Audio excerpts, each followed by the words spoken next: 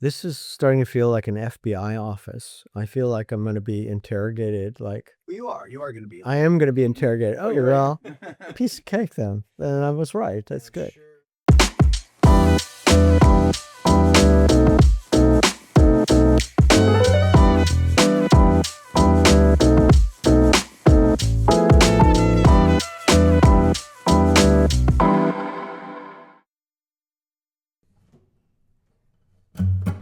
On the first day of the 2026 Cinequest Film Festival, I picked up my badge and walked into the Filmmakers Lounge next door to await the opening night film.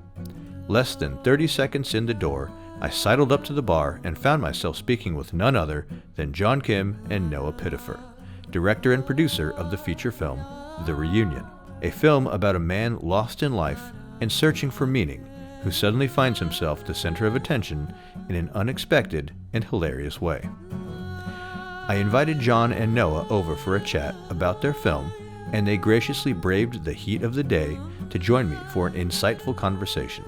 We spoke about the film's themes, including the relentless social pressure to achieve, the value of representation in a world full of marginalization, and their personal struggle to keep production going during one of the most harrowing firestorms in California history. And with that, please enjoy the show.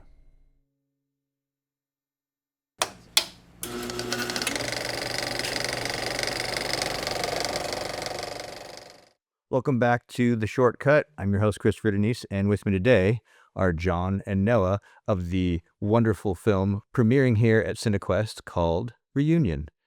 Gentlemen, thank you for joining us today. Thank you for having us. Thank you. John, let's get right to it. First and foremost, tell me what your film's about. Actually, you know what? First and foremost, introduce yourself, and then Noah will have you introduce yourself as well. Well, my name is John Kim. I'm the writer-director of Reunion.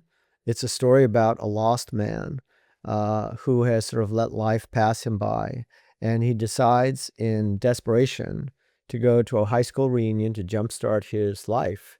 And in the process, he gets lost, and he winds up at the wrong reunion, where he is mistaken for the most successful alumni of the wrong school. And it's a combination of a sort of Cinderella story and classic mistaken identity farce. And I'd like to think it also has something to do with who we are and what we value and what we desperately want to believe, whether it's true or not.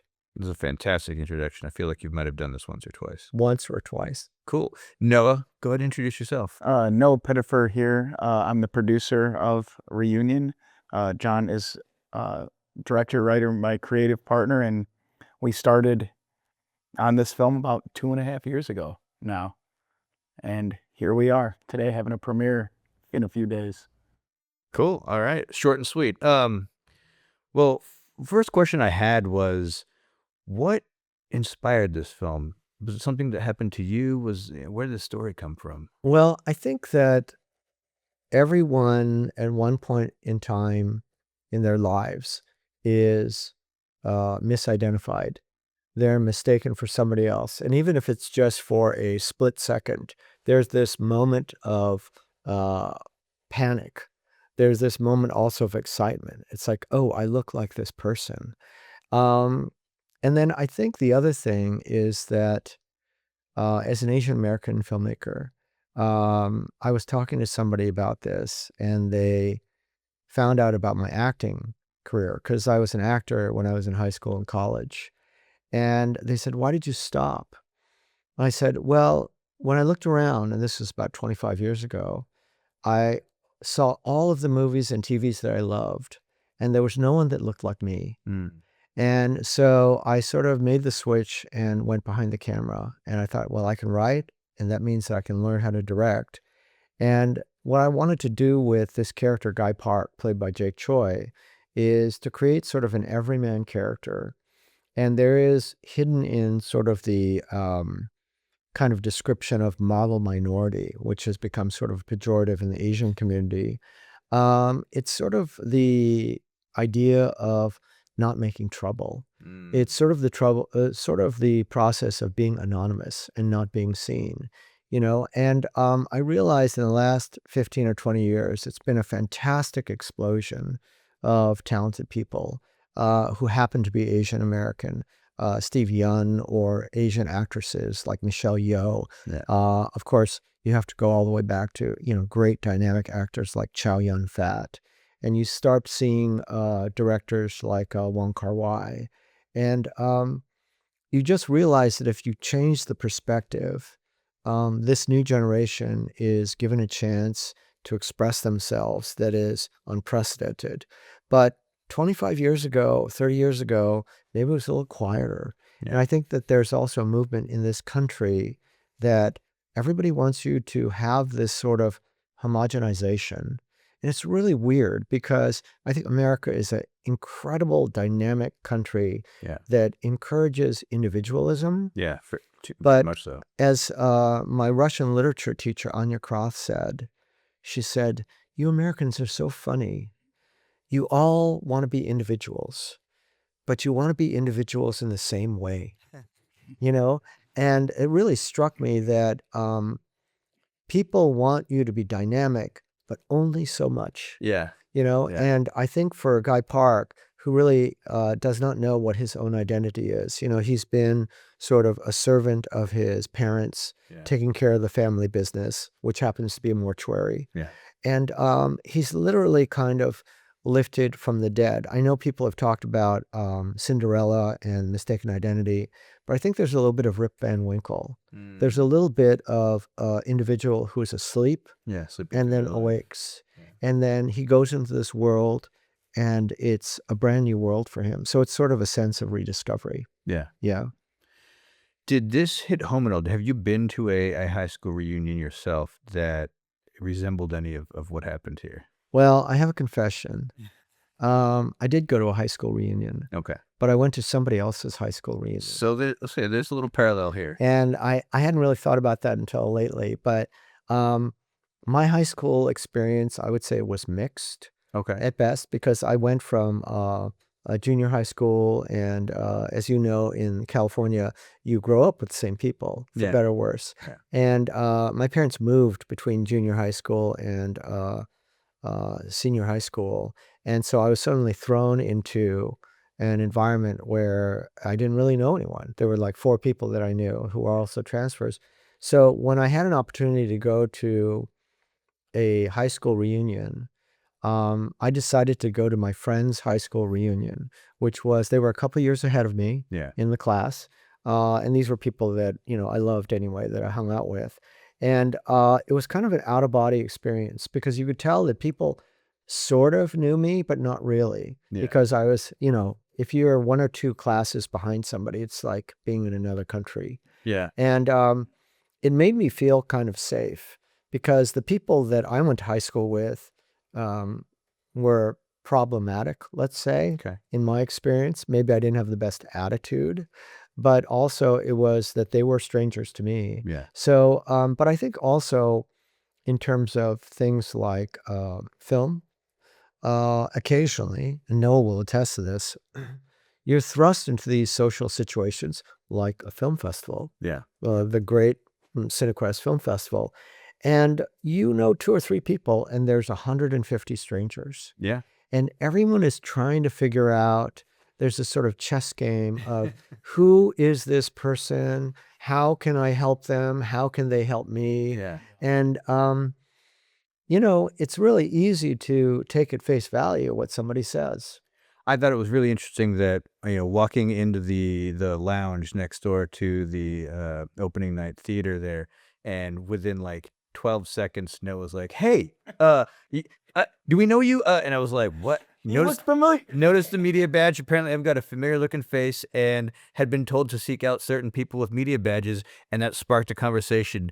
And I dread, honestly, I come across, I think, sometimes as very outgoing, but I also dread social situations where I have to perform, or performative social, like it is at a film festival, where you're there to network, and yet absolutely nobody. Maybe They have somebody the free else. Tito's and beer there. You know? Yeah, right. It's very important, everybody. yeah, The free Tito's was critical. Yeah, liquid courage can help, and I had not had one yet. I don't know. I think you guys were starting on your first or You're something. really holding out. But it was quite nice, and I will say every time I've gone into one of these lounges, there's a little trepidation, but fairly quickly it seems like people are like, Look, we're here to chat, we're here to talk," and at the same time, I agree with you. There seems to be this level of like, not exactly jockeying, but like, who should I be talking to? Who's the most important person in this room? Could somebody help me get my film made? Can somebody help me get my film distributed? What do I get out of this? What do I get out of you? And it's it can be frustrating to be in that situation, and I think you captured that very well in this film. The power dynamics of post anything, because I went to a high school reunion, God, at this point, 12, 15 years ago, something like that. And the funny thing was, to a degree, I felt a little bit like your main character. I had been what I had thought was a fairly nobody in high school, but the weird thing is a lot of people at this point, it was a little early for Instagram, but everyone was Facebooking and checking out what everyone else was doing. And I found, to a degree, I was one of the main characters of the high school reunion, where I was finding myself going, I don't remember half of these people, but people coming up to me whose name and face I couldn't place were like, "Oh, Chris, blah, blah, blah, blah, blah. I've been seeing what you've been doing with the film career. Da, da, da, da." And it was like, It's fantastic. whoa, okay. And so it was interesting. It was kind of endearing. There was a level of, at the same time, there was a level of some of the best players, if you will. I mean, in your film, the most important person, the most successful person, doesn't even show up. And I'm not going to give away anything more, because hopefully people will go watch Thank your you. film. Thank you. No spoilers, people. But that part's not much of a spoiler. It's very obvious, because otherwise your main character couldn't be pretending to be him. But other than that, at our high school reunion, there seemed to be several missing people, and they were, to be perfectly frank, the people who were the most successful and the most busy and doing things that meant that coming to a high school reunion in their hometown at a nice bar down the street just wasn't really in the cards for them. So I got to be a little minor celebrity for a little bit, and it was fun, but also there was still that level of like, who should I be talking to? Should I, is that person, do I remember them? Did they pick on me? Did I pick on them? You don't even remember. Yeah, that's the thing. And I think the other part of that is that it's also, how do you present yourself? Yeah. Because you really have to go through that process when you go to a reunion. People don't go to a reunion because they have failed. Yeah. They want to prove something. Yeah. They want to see other people, but they also want to sort of show themselves. Yeah. It's like, look at what I've done. Yeah. Look at who I am.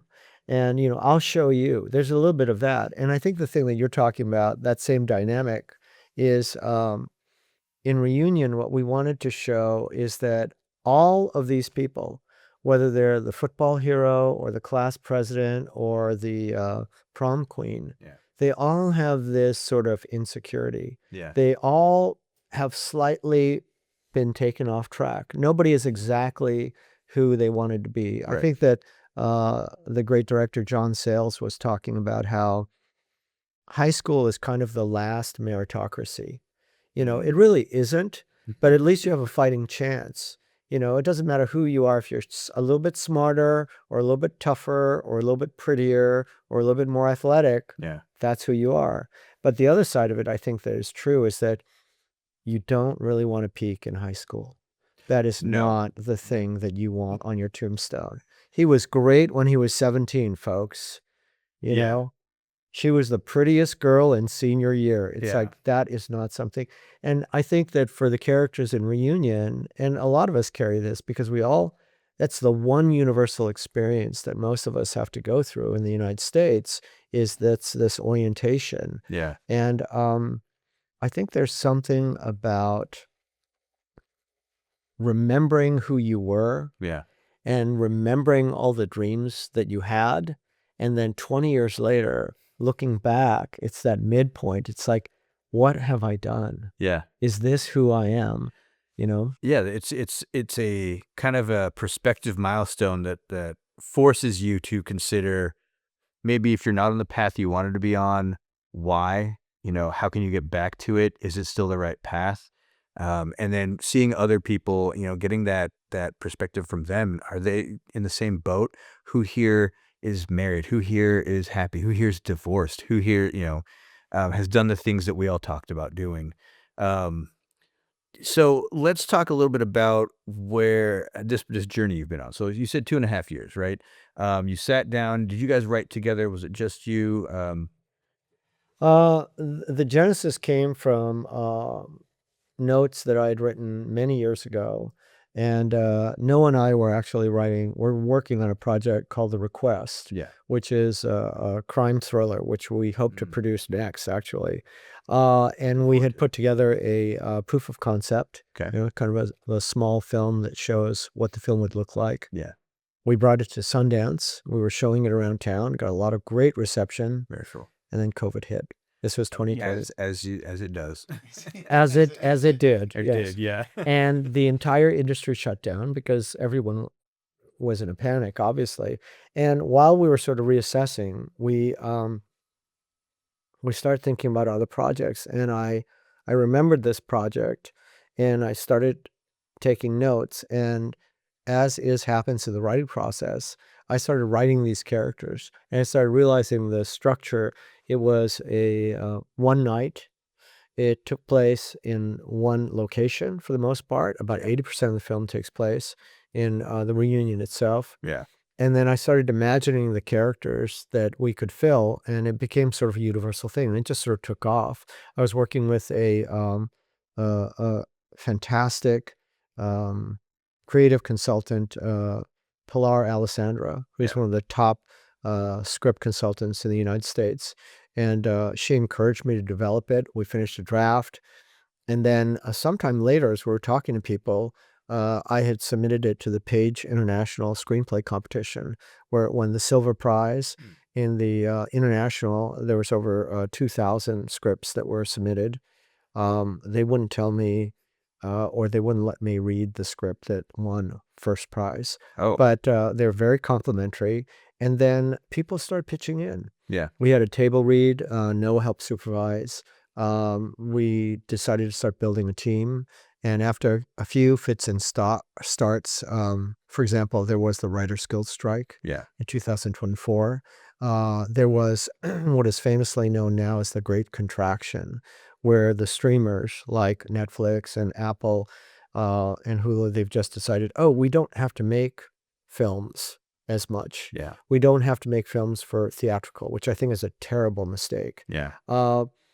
But in the meantime, everyone was kind of scrambling to see what we could do. And so we thought, well, on a modified budget, on a small scale, I think we can do this film. And we were really itching to make something. And we found a really vibrant community of actors and cinematographers. Eduardo Ramirez, who was our DP, Jake Choi, our star, Madeline Zima, who has had this incredible career from The Nanny to Twin Peaks. Candy Clark, the Academy Award nominated actress from American Graffiti. We're fortunate enough to have her on board, and people just started gravitating towards us. Yeah. And then, of course, on day one, there was the Eaton and Palisades fires. Yeah. And if that was not God's stop sign, we didn't know what it was. Noah, do you want to tell me about that? Yeah, please, I mean, please jump in. we started questioning everything, but no, it was, we were in Altadena. Our first setup was our main character at the mortuary in the embalming room. Yeah. And I'll never forget it because it was such a day of magic for me. I was walking through the set for the first time. John was with the actors, giving them notes, going over lines. I was walking through, I saw the makeup trailer, the vintage car that we've worked months to get, the camera truck, people setting up for catering. I was like, oh my God, this is a movie set. We're doing it. Yeah. And we had about an hour left till we made our day. I think we had like one more scene to film. Yeah. And a production assistant comes upstairs. It's about 10 p.m. at night. And he said, hey, I need you to come downstairs with me. I'm like, can you just hold off? No, I need you to come right now. Yeah. So went downstairs. And that whole day, there had been like 30-mile-an-hour wind and whatnot. I walk outside. He brings me to the back of the mortuary, pitch black. I hear about 100 sirens, 100 police cars flying by. He's like, look up on that mountain. About 200 yards away from me, I look. mountains on fire. Yeah.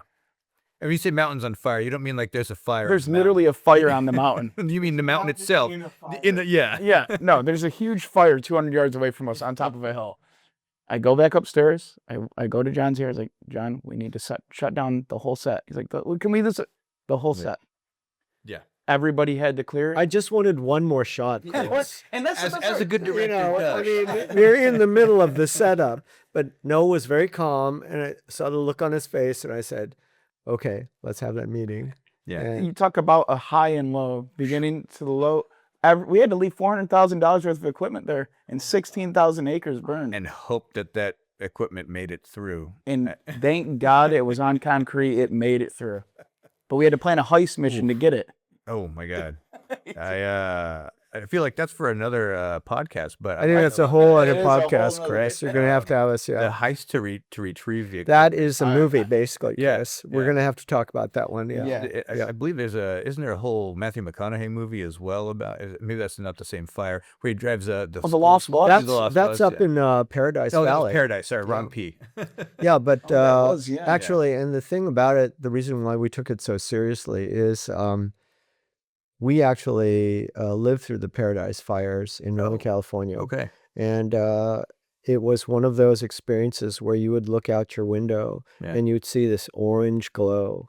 Even down here, we were seeing an orange glow. You got it. We had photos we were sending to relatives because they were saying, Yeah. I've seen this stuff on the internet. Is it true? And we were like, this is what it looks like. Well, we were outside. staying in downtown LA. We woke up the next day. You couldn't see the buildings right in front of you. It was like an orange Blade Runner, Oh, wow. Terminator 2 It was glow. surreal. Yeah. And to know that at some point near you, and near could even be a couple hundred miles away, Yes. stuff was melting and people's lives were going up in flames. Well, in Eden especially, they were profoundly impacted in the Altadena area. About 80% of the town was evacuated. It's unincorporated, so Yeah. they didn't have the normal resources Right. that you would have. 19 people died in these fires, and even the cast and crew of Reunion was negatively impacted. We had at least one crew member who lost their home, Oof. who had to relocate, and we helped him as much as we could. We had our DP in the middle of the shoot, in the middle of a day of shooting, who was checking his phone and monitoring the fire, and he came up to me halfway through the day and he says, "I've got to go." Yeah. And he had to evacuate his family. Yeah. And that happened 2 or 3 times. And that's not to include what I would say might be the psychological impact. Right. And there were 2 sides of that, I would say, is that one, it made people very nervous. Yeah. It made people very aware of their surroundings. But I think that the other side of it, which is the reason why we decided to continue shooting, Yeah. is there's something about a film set, if it's run properly, where you're safe. Yeah. It's a safe space Yeah. where whatever you're doing, whatever's going on in your life, for those 10 or 12 hours, that period of time is sacred. Yeah. And you're there to create, you're there to build something with Yeah. a community. And I think that in spite of what was going on around us, if not because, Yeah. that there was a sense of, we're going to hold this together Yeah. and we're here for a reason. And every single day people came back. Well, this is a lot. The loyalty to the project it's a personal thing, but it also says a lot about how you guys ran the project.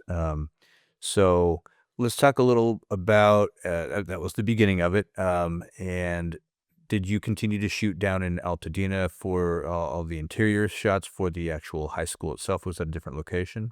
Well, we were lucky that the majority of our movie took place in the ballroom, which Yeah. was in downtown LA, which was Okay. not affected by Yeah. the wildfires, Right, and so it you were wasn't able to- exterior shots. Yeah, you're able to pick back up pretty Yeah. reasonably there. And the mortuary, Keith, over at the mortuary, he allowed us to reschedule for our final day, second to last day of shooting with Candy Clark. Okay. So we pushed it to the last week. We had to get it approved Yeah. by the fire department, Film LA, but we got to go back there for one day, and we finished because we Yeah. couldn't. We were trying to build out a casket room at somebody's apartment. We're like, no. Yeah, you're can't, like, how do we pivot? How do we figure this out? Which is a Showing huge them on part of- iPads. Oh, you could Yeah. buy this casket. Yeah. Like that scene wasn't going to play the same with Candy Clark. Oh no, and this is a whole, it's indie film, right? And at its finest is how do we figure it out? How do we? Well, we didn't know put we out were this shooting fire? up till 24 hours before Candy Clark showed up on set. Oh wow, We okay. did not know. And He you was were just very, like, very patient with us, I must say. It's just like, are we going to be shooting this movie at all? Oh, But the other thing about that, I think, that Noah is touching on is that no one could come back to Altadena. I mean, Altadena was shut down, Yeah. and there was a police perimeter around the city. What Noah is mentioning is when we had to go back into Altadena, we had to be very careful that we didn't tread on anybody's toes Yeah. to get our trucks and our equipment, our automobiles, camera work. Yeah. And we didn't know if we were going to get back to Altadena. We didn't know if they would allow us back into the city. And it's a miracle that the mortuary that we were shooting in, the Mountain View Mortuary, Yeah. was untouched by the fire. It's like the fires came down the mountain, and right at the perimeter of the cemetery, it stopped. And 100 yards in was the mortuary that we were shooting in. And we were able to come back almost 1 month to the in day. 1 month. Yeah. As Keith said, an act of God. Like he was, Keith and Jeff Brown, the owners, were very. They were fantastic. They were heroic, yeah. Well, amazing providence there. So this is an indie film. Let's talk a little bit about how you get it going, because you've got your script, you've got a couple of accolades. You start talking to people who want to be in it or who you want to be in it, and then you've got to put the money together. How did that process go? Oh, it was so easy. Just snap your fingers and got the money. I think that every independent film is kind of a labor of love. Okay. And it's sort of aspirational. Yeah. And what I like to say is that we had friends, family, and strangers. Yeah. We had people from my own family, my mother, who was able to help out. We had Noah's parents step up. Mark Pittifer, who ended up being our associate producer, was critical in the early stages. And, even old friends of mine, high school friends of mine, like Rebecca Hemphill, who were able to just pitch in. Her son actually worked on the film. And it's sort of like my favorite story is Stone Soup. And Stone Soup is a story about some lost and bedraggled soldiers who come into a small town looking for a place to stay and some food to eat. And every single town member says that they have nothing for them. Yeah. And then they go and they ask for an empty pot. And they put this pot in the middle of the town square, and they ask for water. And then they put water in this pot. And then one by one, they ask for some vegetables. And then they ask for some stones. Yeah. And they start lighting a fire.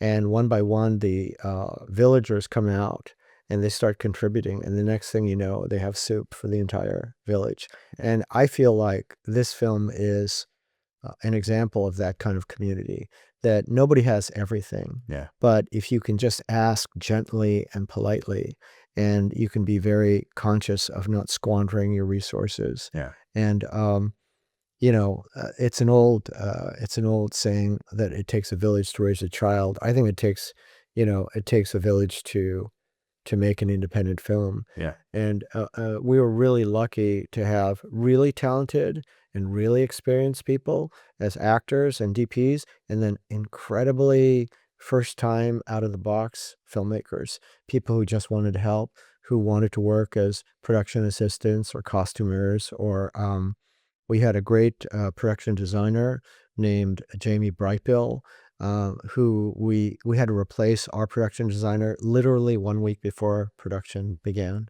And you as a designer knows what a calamity that could be. And Jamie stepped in. She's also a very talented actress, and she just stepped in like a champ. Very cool. It was an incredible thing. And the other thing that I have to mention is our composers and musicians who put together this fantastic soundtrack. Yeah. That sort of captured the era of 20 years past while still having sort of a modern and classical twist to the drama that these characters comedically were going through. Yeah. Yeah, I felt that was actually something I noted as well was about the music is it was very appropriate. Being somebody who is in his early 40s, it felt very close to home. um, so you're a filmmaker. When this is not your first film, not your first project. No. Is this is this indicative of the direction you want to be taking your career at this point? You're going to be in the feature films. I noticed Content Magazine dropped your interview with them, and I just picked up a couple of sentences just before we got on this, and I saw you guys, or just before you guys showed up, and I noticed you saying something about how theatrical. I think you've mentioned this earlier. How theatrical is so important, and it's something that's being lost, with regards to the streamers and things like that. Are you aimed at more theatrical films after this? Well, I grew up with theatrical, Yeah. and we're lucky to be screening at the California Theater on the Yeah. 15th, Which is which is a palace. Yeah. Yeah, it's an incredible place. Please come, 12:30, What was that date and March time again? 15th. March 15th, 12:30 at the California Theater in downtown San Jose. Is there a second screening if they missed There's that going to one? be a second screening at the Alamo Drafthouse in Mountain View, March 21st at 2:45 p.m. Perfect. We'll add that in the comments below. as That'd be well. wonderful. Thank you. But I think also we love the theatrical experience, and consistent with some of the themes in Reunion, there's something about a community, and there's something about seeing a film with other people. There's something about not getting up and going and getting snacks in the middle because you can pause an Amazon show. Yeah. And we really believe in that. We really believe in doing independent work. We're not against working with studios or whatever you want, but I think sometimes the best work is done with an individual group of people where they have the control, Yeah. and they get to make the decisions, and they take the responsibility for it. Yeah. We're working on 2 projects right now. We're working on a short film by Ron Ward, a very talented friend of mine, called Vortex, which we're going to shoot later this summer in the Bay Area, where, and again, in a sort of communal way, we're looking for local artists, Yeah. actors, I designers, love hearing that. DPs. You don't have to go to Los Angeles to make a film, although we did. And then the second thing is we're working on that film that we started designing in 2019, which is called The Request, with an original story by Jason Goodland. The idea is that we feel like we have something to say within that genre about the times that we live in. I think The Request is sort of the dark side, maybe, where people feel kind of lost. People feel sort of isolated. And Request is a story about a rideshare driver who runs into the wrong people at the wrong time. And it's about how he copes in society as an individual. I think Reunion is the opposite of that, which is it's a story about what can you do as a community? How can you behave with people? Is there a common interest in terms of surviving and being successful?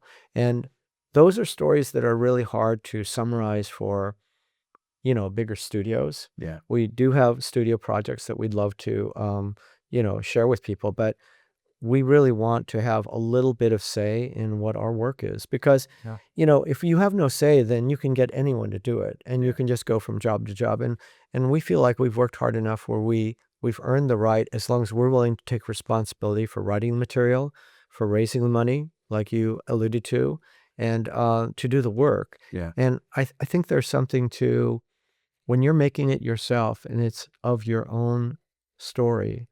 You'll spend that extra hour on set. You'll wrap the cables yourself. You'll drive the truck. Yeah. You will put out the trays for the catering. And you'll go that extra mile because it means something to you. And hopefully we convey that in the story also. Awesome. All right. Well, I was going to ask what's up next. You just ran me through most of what's A little bit, yes. But let's talk about your festival circuit. So premiering this week at Cinequest. Yeah. Awesome. Go San Jose. San Jose. Thank you, Mike. Thank you, Halfdan. Where are you guys off to next? Because I know this is not the only place it's playing. Beverly Hills Film Festival. Oh, wow. Very cool. We Okay. just got accepted to Beverly Hills. We just got a date for Beverly Hills, April 16th. April 16th. Cool. At the Chinese Theater. Oh, that's got to be fun. I know. You should come. I know. I will see what I can do. Yes. No, we're very excited about that one. I mean, the Chinese Theater is one of the most legendary Hollywood spots, and Yeah. we filmed it in Hollywood. So Yeah. And that's another kind of homecoming. We have a third festival that we are going to attend in North Carolina.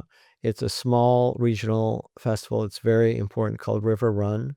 And we're very excited about that. I'm excited also because Pilar Alessandra, who was our script consultant on this film, actually now is teaching in South Carolina. Oh, very cool. And we're trying to put together some sort of a roundtable where we can talk about the origin story of the film. There are one or two more festivals that are sort of bubbling up, Yeah. and we'd love to share that information as soon as it comes. Awesome. If there's anything you want people to take away from your film, and without giving too much away, what is it you want people to walk away from Reunion feeling or knowing or on a mission to do? Well, I think this is about Reunion's about a lost man, and it's about somebody who has doubt about who he is and what the world has in store for him. And I think that sometimes this culture places an emphasis on what we don't have. We don't have enough Yeah. money. We don't have a nice enough car. The color of our skin is wrong. Yeah. And what I want to say about these characters to the audience, if there's one thing I could express, is that you are enough. You don't need all of these accoutrements. You don't need to fulfill someone else's idea of success. Yeah. If you have an idea of who you are and who you want to be, you are enough. That is not something that you have to allow other people to judge. And I think so much of our time is spent trying to satisfy or please someone else. Our bosses, our families, Yeah. the society at large is telling us what we're supposed to look like and how we're supposed to behave. And if you don't fit and conform into those very tight arenas, and we don't realize that kind of struggle against oneself, I think, makes us miserable. Yeah. We're trying to be something that we are intrinsically, organically not. And I just don't know how any kind of joy or happiness can come out of that. And I think with Guy, hopefully what people will come out of his journey with is the understanding more than any, riches or fame or success on somebody else's scale, is knowing just a little bit more about who he is and who he wants to be. Awesome. Well, I personally feel like you pretty much hit the nail on the head with that. Really enjoyed the film and really appreciate you guys coming down to talk with me today. Audience, make sure you get out there and watch Reunion. Director John Kim and Noah Pittefer have joined me today for a wonderful discussion. Thank you guys again, and look forward to seeing it in the actual theater. Thank you so much, Chris. Thank you. We really appreciate it.